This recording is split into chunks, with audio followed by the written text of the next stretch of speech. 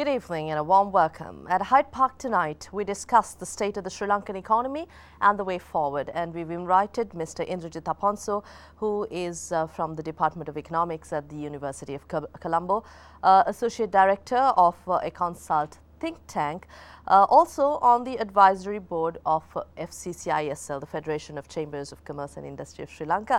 Well, I think the reason why we wish to discuss this topic with you is especially because you were with the government and the private sector prior to joining the university. Let us take the past 6 years from 2007 backwards. What, if you analyze the state of the economy and where we have gone, if I may just refer to the GDP growth, in 2015 we had 5% of GDP growth, and then we came down to 4.5%, and in 2017, last year, we recorded 3.1% of growth, the lowest in recent years. And this year there are several estimates from 4.2 to 4.5, and some say below 4%. If we analyze the trends of the Sri Lankan economy, let's start there. Thank you, Indiveri, for the opportunity to be in this very important program. And more so, I think the Sri Lanka needs serious rethinking as to what's going on. And as you quite rightly said, Sri Lanka at the moment is faced with a serious economic crisis of multiple sorts, I would say. Out of all that, as you mentioned, GDP is one of the most fundamental, because it's just take a country, a household. It's the income that matters more than anything else. If the income is having a problem, that means everything else is under some kind of crisis or the other. So in that respect, I think the Sri Lankan economy at the moment is faced with a declining GDP for the last 3 years. This has hit a real bottom in 2017 when it was 3.1%. One might ask, okay, what is the difference between 3.1% and 5%? That makes a big difference. That makes a big difference from the point of view of investors, from the point of view of people and agencies that are working with the country, to say that something is radically wrong underneath. GDP is, I would say, a mother of all indicators, and unless you get the GDP right, you can be quite positive. All the other economic indicators that will show as the health of the economy are in the negative territory or a bad territory. So in that respect, the GDP growth decline has two issues. One is the size of the GDP growth at the moment, and second is the declining trend. I would put the declining trend is even a major issue, because that gives a very negative perspective of the country's prospects for the coming years, from the investors' point of view, from everybody else who are looking at the country as an investment opportunity. Going back to further 3 years, what you see is the economic momentum was in the opposite direction. So it's very ironic that having a situation where economic growth has been on upswing has been completely changed to a downswing without a reasonable reason coming from outside or within. Now, if we maybe at the beginning of the interview, if we just decide on diagnosing the problems in the economy and probably prescribing what you think is apt going forward as policy changes that are required. To start off with, let's find out what went wrong. I think what went wrong can be a multiplicity of reasons, but then it will be worthwhile looking at what could have gone right. And what were the situations that were favorable at the time this government came into power. In 2014, we have had a GDP growth. It was a bus moving, accelerating. Second, it was a time where investments have been forthcoming, both as a public investment program, and you can see there was a complete transformation in the economy visible to many outsiders and to people inside. So, from a tangible infrastructure perspective, it was looking very good. Then at the same time, in the 2014 up to 2014, we had a very bad balance of payment issues, especially coming from the import sector. I am sure all of us remember oil was a killer, which was hitting $130 a barrel. Now see what happens in 2015. 2015, when this government came into power, people wanted a different kind of management system in place, and despite the fact that there were some good credentials for the last government, and that was the slogan was provided by the new government. They said corruption free and better managed, or as we call Jahapalane, which was correct, which was right. And so people's expectations were very much focused on giving the support. Investors were looking forward to that momentum. Something radically went wrong from the very beginning. I don't know. In my opinion, there are two things that stand out. One is, I think this government suddenly got into election fever without understanding the importance of the economic growth. And what they did was they started this cashing their credit cards, and public sector was given a kind of a bonus even before you started the process. Are you referring to the 10,000 rupees? In my opinion, that was an absolute killer, because it put a lot of pressure on the government on the one hand and on the private sector on the other, because at the end of the day, private sector had to at least align with in some form when the government gives a raise. Otherwise, there is a possibility that most of the private sector people are dissatisfied, workers, so it does not work. And also there was a pressure from the government for the private sector to follow suit. So there were companies who were getting into serious problems. I was talking to a friend of mine who was a managing director of a big company, long-standing company. He said, after the salary increase, we were into serious problems, but we had to go on. That's the first one. Second one was the so-called interest rate debacle. Now that was on the one side, it was a crime, because it was basically public funds being extorted by a certain mean, but I think more fundamentally it raised the cost structures in the country. And for a country that is trying to get into the competitive global markets, you just can't afford to have rising cost structures. In fact, you should be looking forward to bringing the costs down. And when you have other issues unattended, and fundamental finance cost has been a major issue, which went across the board. So these two hit the investment drive. So the engine part is completely put on a different direction. Second, in an economy, driver is people as well. People consume. People consume goods, and as a result, you find investors have to produce more, businesses have to produce more. But then what happens is when you increase the interest rates, it raises the cost, and also it raises the ability people had to purchase. The worst part was when you spend money, then you have to look for revenues. So what did you do? You basically landed in people's pockets with indirect taxes. So if you put all these few things into perspective, that was very bad.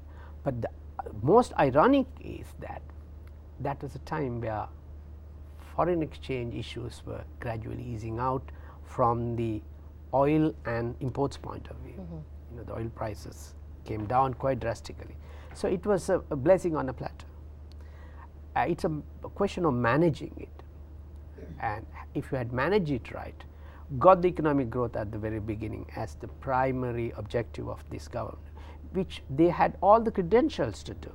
Investors did not want a CV from the UNP government to say that we are with you guys. Every other political party had to do more to convince the private sector.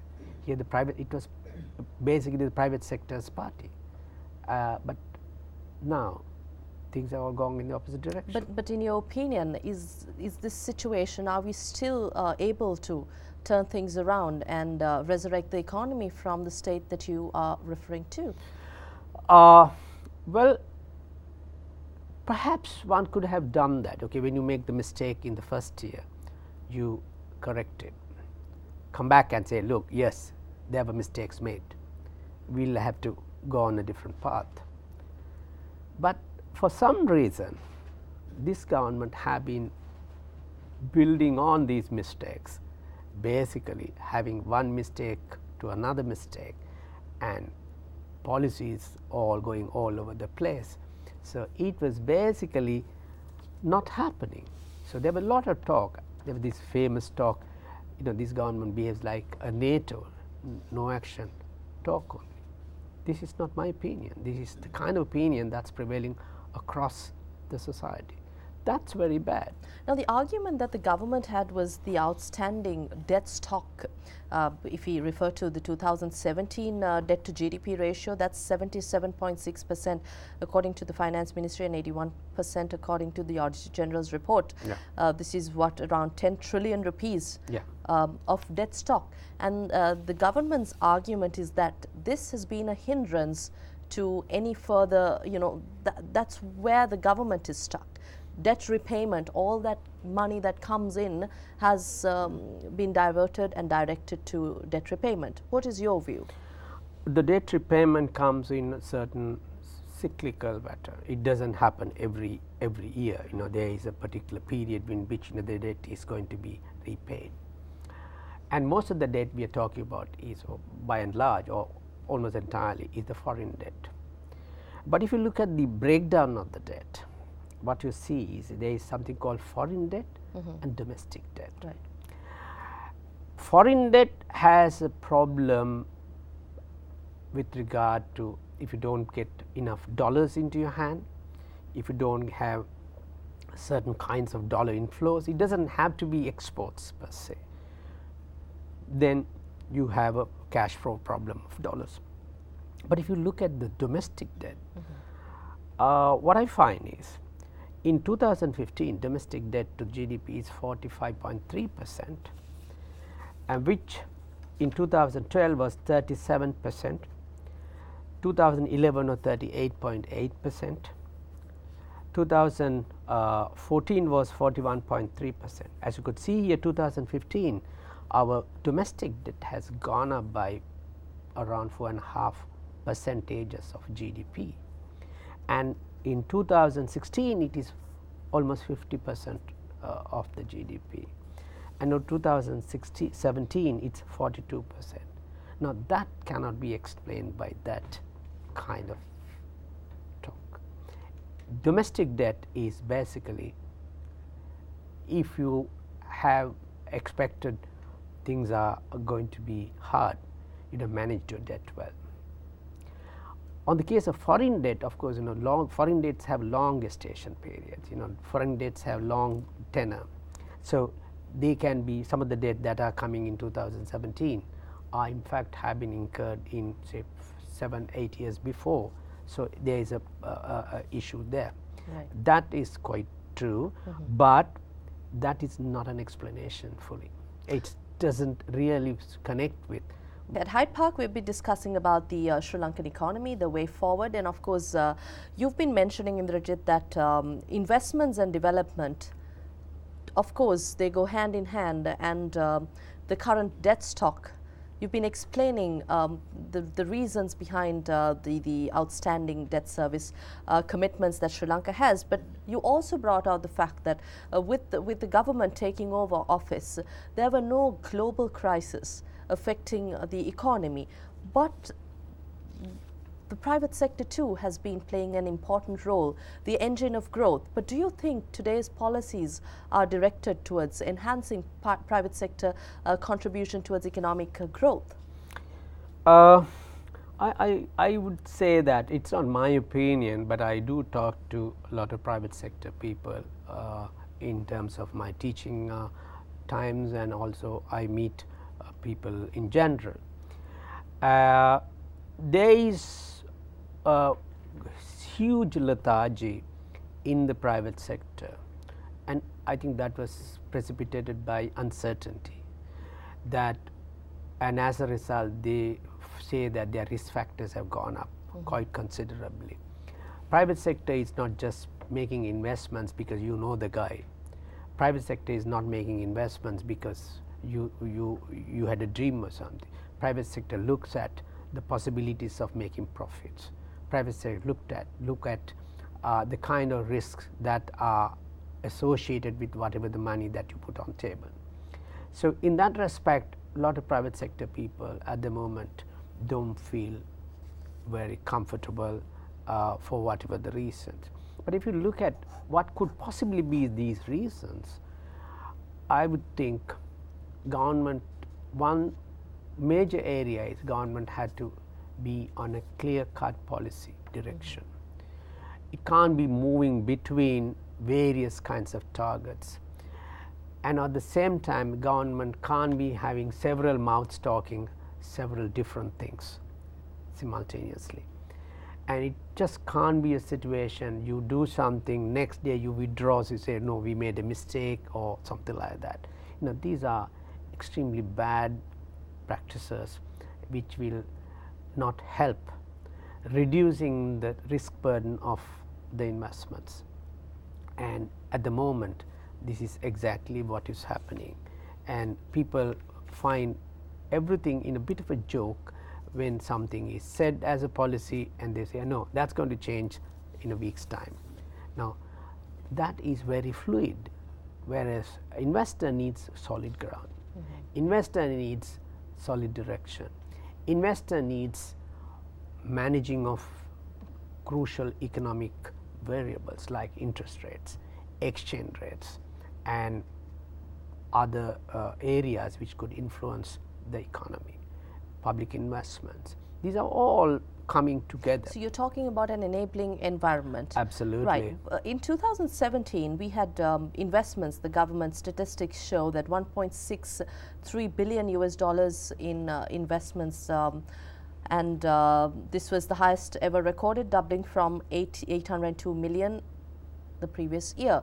But as we talk about an enabling environment and also about FDI targets, there is still a lack of progress made in achieving and going towards these targets. But do you think we here in Sri Lanka have really understood the meaning of policies being stringent and also addressing the need for steady policy management in the country? You know, I think if you look at Sri Lanka domestically, there is one picture, and globally there is another picture. At the moment what you see, the global picture is getting difficult to predict which way things are heading, but at the very highest political level. Then there are at economic levels also there are ruptures taking place, where Donald Trump is taking a very protectionist attitude, which is upsetting the EU, which is upsetting China, which is upsetting anyone. But it doesn't mean... But for him it's his country first. Yeah, so he has a vision for, and which is very concrete. Whether it is right or wrong is a different thing, but he has a concrete vision as far as his country is concerned. So what do? We also have to have a right policy, right direction. On the one hand, we are going to look at what's going on outside. On the other, what is required inside. You've got to have a blend of the two. At the moment, we don't seem to be reading either right. we don't seem to understand what the domestic economy strengths, where it is advantages, competitive advantages are. At the same time, on the outside, we don't seem to see the challenges we have. We thought, okay, just take for example, we got GSP plus. Now, GSP plus is beneficial to many exporting sectors, but it has not still being able to realize, because our domestic economy is not quite prepared for it. So, as a result, despite the fact that you have got some advantage from outside, we are lagging behind. Actually, with the GSP plus, that should have launched 2017 into a different level, but that never happened. That we do not have the capacity to cater to the demand, and it's not the capacity. I think we don't know how to realize the capacity. Capacities are around. There are many investors waiting to launch themselves. But why can, if there are many investments, why can't we have them here? What's pushing them away from Sri Lanka? Yeah, because the investor is, now there was a time where investors are looking at national investment. I mean, you want to do your investments locally. But that era has changed. Globalization has brought about a different kind of profit doctrine. So it's basically where the profits are, you move around. And so you don't have to get stuck in one place, despite the fact that that's your own country. This is one problem even Donald Trump himself has. I mean, he's trying to sort of use this stick method, you know, to bring these people, threatening them. He can do that because they are the most powerful country. Sri Lanka doesn't have that, and Sri Lanka cannot afford to do that either. What Sri Lanka should be doing is, we do have national investors, we do have national industries. When I say national industries in Sri Lanka, we have to have consistent policies so that it will have a symbiotic existence for all these industries to get the maximum out of those policies. But at the moment, I think there is a lack of understanding or dogmatic, and as a result, you simply don't see what the Sri Lankan industries are crying for, what the Sri Lankan industries are asking as space for. They want breathing space, they want space to create these opportunities, but at the moment that is not forthcoming. And on top of that, investors themselves can manage. So what they want is, look, don't rock the boat, we will manage it ourselves. Even that is not happening. So if you look at these parameters, where for some reason this government has got all things wrong one after the other, and as a result you have created a perspective that things are not looking very good and inconsistent. So that's the baddest or worst recipe for investors to put their cash on the table. If you also talk about research and innovation into expanding business industry, what role do you think the government should take, and Sri Lanka, despite what government is in power, or what kind of policy we should continue to have in Sri Lanka for research and innovation going forward? I was just, you know, when I was discussing with my students what are the main issues that we have in this country, the main issues among them is these innovative capacities. The innovation has to come from through generations. It has to come from schools, universities, and then it has to be applied by the private sector, take it on board and commercialize it. You know, you got to have that kind of culture going. Unfortunately, we don't seem to have that. We have actually moved away from that kind of thinking. This is at the social level. I would say even the media is largely responsible for this, because dragging people out of that kind of thinking into more mundane things like, you know, religion. I mean, if you just look at schools, most of the time their priorities are on something else. Second point I have is connected to that, is leadership. Schools are missing leadership. Children are not groomed to be leaders, rather they are being groomed like broiler chicken, you know, all look alike, and basically as a result of that you don't allow this kind of space. But coming to a specific issue of government playing a role, that's what every country has done, including the US.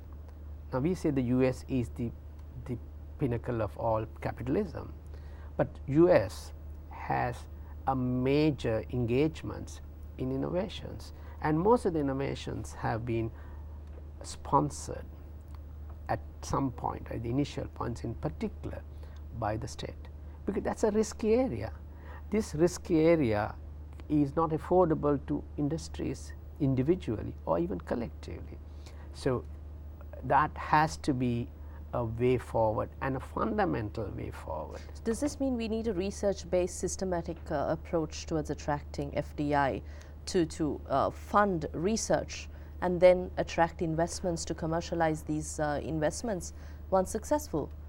Well, I don't know whether FDIs will be into research kind of partnerships. You know, FDIs are very footloose entities. You know, they will be here today as long as the profits are there. I mean, they don't want to go into 10-year tenor or, you know, that kind of thing without making research. Is basically you're not making money for some time, and there's no guarantee that you will make money either.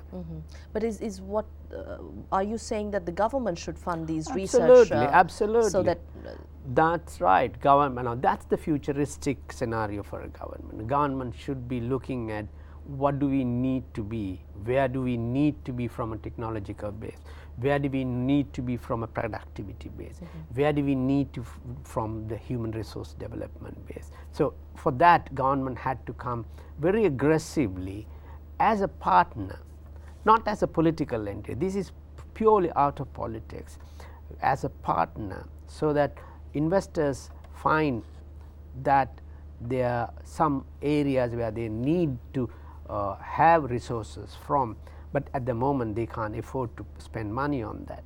So in that way you have that kind of breakthrough. For example, I think during the last government we had the nanotechnology, which was initiated by the state. Now that does pay results now. So that's just one example, but then things have to be on a continuous basis, and that is how other countries have developed. But that's a difficult area for the reason that it requires a lot of resources. The resources have to come from other expenditures, like, you know, we have a small limited pot of cash, so you have to, if you are putting money on the research, that money had to come from something else. So there is a bit of a opportunity cost of shifting around, but that's where the vision comes. You have to take that challenge, and the government had to take that challenge and make a convincing case to the private sector to come along. So in that way it's a collective effort, and that could really work well for the country. And this kind of technology is not for particular individual. It can be more broader technological developments.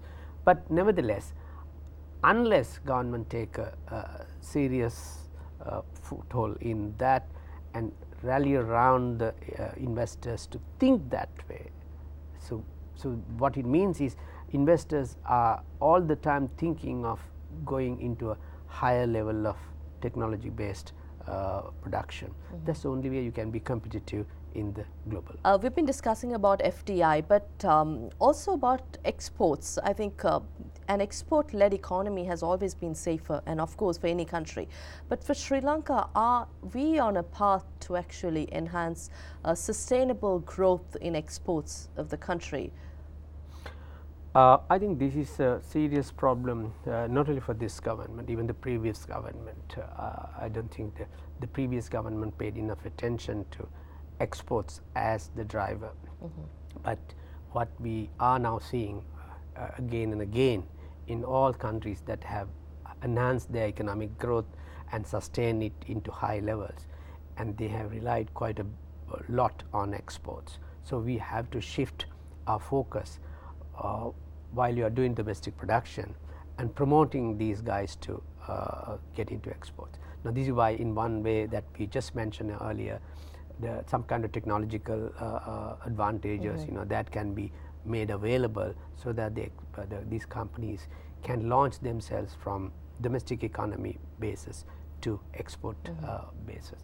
And for a country like Sri Lanka, it's quite easy, and that really should be happening without serious handicaps as other countries have. But we have not done that. The number of reasons are, that's a long term thing, medium and the long term. But in the short term, the exporters must make profits. Now, this is the most fundamental for any business. Why people are not exporting, not because they don't like to export, and if they can manage a certain amount of profits locally, and the export profits are not attractive enough to push them into the export market, and things are not happening. So, in order to see that happen, you got to have, unlike any other industry where protection basically allows you to have a certain kind of extra profits being made, but exporters can't make extra profits. Exporters make profits only through cost reductions. So, more you do the cost reductions and more you what we call a competitive advantage you create, then it allows you to compete in the global market, which is a highly competitive area. You can't raise prices in a global economy. In the local economy, you can make those monopolistic profits because of protection and various other limitations, but the global market doesn't work that way. The minute you raise your prices, you lose the order, somebody else takes it, and once it is gone and getting it back, it's going to be extremely hard. So, if we are to be on the export side, you have got to have stable economic indicators, you have to have interest rates which are comparable and favorable to the exporters, exporting sectors. We got to have costs that are, there are a lot of implicit costs and there are a lot of explicit costs, and we must see that these costs are eliminated as much as possible, and we should be progressively working on it. Recently, Export Development Board put out the National Export Development Plan. It's a good effort, but the good effort is not going to realize as a good action unless the other environmental factors are in place. So, what is important here is that you should be able to create cost advantageous scenario for the producers. That can come through having the right kind of combination or sequence of policies, and also keeping the interest rates on a decent level. Unfortunately, you talk about exports. When you have a situation where you have self-created interest rate escalations, is the absolutely wrong way to go about to make exports your driver. A lot of talking people will say, but that's not going to work. Now, there is this other thinking, the panacea for exports is free trade. Now, this has been proven in other countries. That's not the case. Free trade is, you got to look at trade from a point of view of where how you make more exports possible, rather than saying, okay, if you allow anything to come in, so that will bring the cost down, that will allow the ones who have the advantage to move on into export sectors. So, these models. But in the recently inked FTA with Singapore, the government says it has been successful, although there have been quite a lot of criticism across several sectors, and the government also insists that FTAs will be inked with regional countries. But are you saying that FTAs are not the way forward for Sri Lanka? Well, I'm not an expert on FTAs, but let me just put this point what I heard from various people. FTAs is where you are trying to negotiate, or you are trying to trade with another one on equal footing, more or less on an equal footing. If you are trying to do that, what happens is, your position must be as strong as their position or even better, right? If you don't look into those things, things like legal aspects, things like other constraints that the private sector faces, and if you don't look into that, you simply say, okay, it's open up, now you could play. Now, that play is going to be highly biased towards the foreign countries, but the real danger is that these free trade kind of things can hit some of the domestic industries which are very strategic to our country. Now, I remember seeing a video on imports being channeled from Singapore trade agreement, things like rice and other commodities. Now, rice is a commodity, all right, but rice has much bigger footing in the Sri Lankan economy. It has the grassroots level income generation, it has rural development, it has income gaps. You know, rice has also, it has something like, you know, rice is the staple food in this country.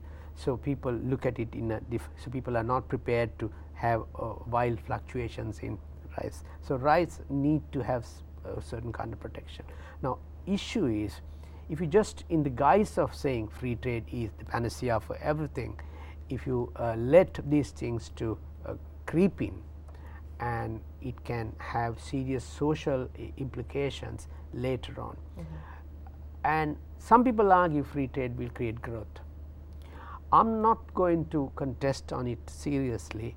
It might not. But what is problematic is that it might create growth in certain sectors, but killing other sectors. And if you do not have a kind of a transition that is arranged, and it can have serious social implications on this country. Mind you, this country had 3 insurrections, deadly insurrections, and also mind you, this country has 93% literacy rate. So, people understand, people know their rights, and when things go wrong, they can be very socially, there can be social upheavals. That is one side of it. Second side is, so you might end up being more dependent on sectors being the imports, because your economy is not geared to creating products, a spectrum of products which can be sold outside. So, just opening, if one thinks okay, everything is going to be. So, what I get from what you are saying is that we also should think about a manufacturing led economy before opening up our country and the economy to FTAs. But something we missed during our earlier discussion prior to our commercial break was about the tax regime and the rupee. I'd like to talk about that before we actually give a way forward for the economy before we end the program. But a tax regime, a favorable tax regime for both locals and also those who intend investing in Sri Lanka. I think a stable tax environment is the key to attract more investors. But how far have we understood this in Sri Lanka? One problem when you have to talk about tax, you know, from the investor's perspective, low tax is always favorable. So, nobody questions about it. But then whether that will create more investments is just another issue. You know, whether just because investment taxes are reduced, that does not mean the investors are coming here, or local investors are making investments. Okay, leave that aside. I think the taxes are a double-edged thing. Now, if you reduce taxes, that means your revenues are going to go down. That means your social welfare, the other parts of the development equation is going to get upset. So, it has its serious challenges as well. But that does not mean that, you know, one should not be looking forward to promoting investment through various kind of things. But however, what this government got terribly wrong was when you escalated the expenditure, current expenditure, they have to land a hell of a lot of tax burden on people as indirect taxes. Now, that was completely way out of the earlier direction where you are moving into lowering of indirect taxes. When you lower the indirect taxes, that means it will leave more cash in people's hands. It's good for the economy. It's good for small sector industrialists. It's good for everyone.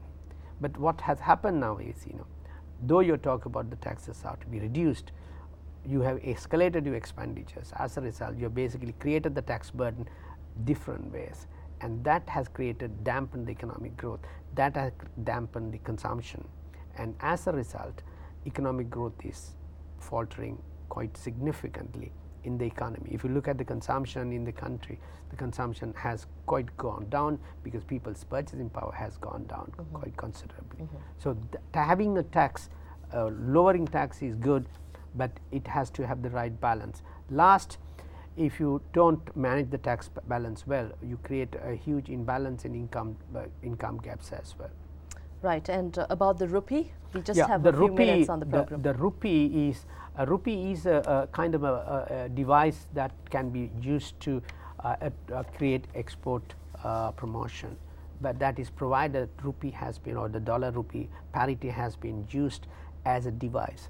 But what is happening now is when you mismanage the economy, your rupee is depreciating not as a policy, as simply a way out of a crisis, right? But then that leads to a further crisis because you are draining your dollars, trying to defend the rupee, and if you don't do that, you have a serious disaster from a political point of view, inflation point of view, domestic economy point of view. So when you fundamentally, when you mess up something, it permeates across the economy through all different directions, and getting it back on track is very, very hard. Given all these challenges, what is the way forward? What do you suggest is something that the policymakers should immediately address? The way forward is that I think we got to think out of the box in a certain way. There was a thinking that okay, free trade and free open economy will do everything for you, but then that thinking has been gradually shifted into more partnerships with private sector and the public sector. So the way forward for this country is having a professional government and a private sector understanding the national responsibility of working as a partner rather than as an individual profit maker. When you come along, and then from a longer term perspective, creating an environment where human resource development will create the necessary inputs and conditions, like for research and development, workforce, and all that. And on top of that, at the current level, having a right discipline society, the discipline, universally acceptable discipline, not for a particular group of people, a discipline, and in that way you will create a kind of a society that will be very favorable for economic development. Thank you very much for your time on this program. We had with us Mr. Indrajith Aponsu from the Department of Economics of the University of Colombo, also an Associate Director of ECONSULT think tank, and you're also on the advisory board of the FCCISL. And thank you very much for sharing your expertise and knowledge and experience both from the private sector and public sector and your economics background. Thank you for your time. Thank you so much. It was my pleasure. We'll see you again same time next Thursday at Hyde Park.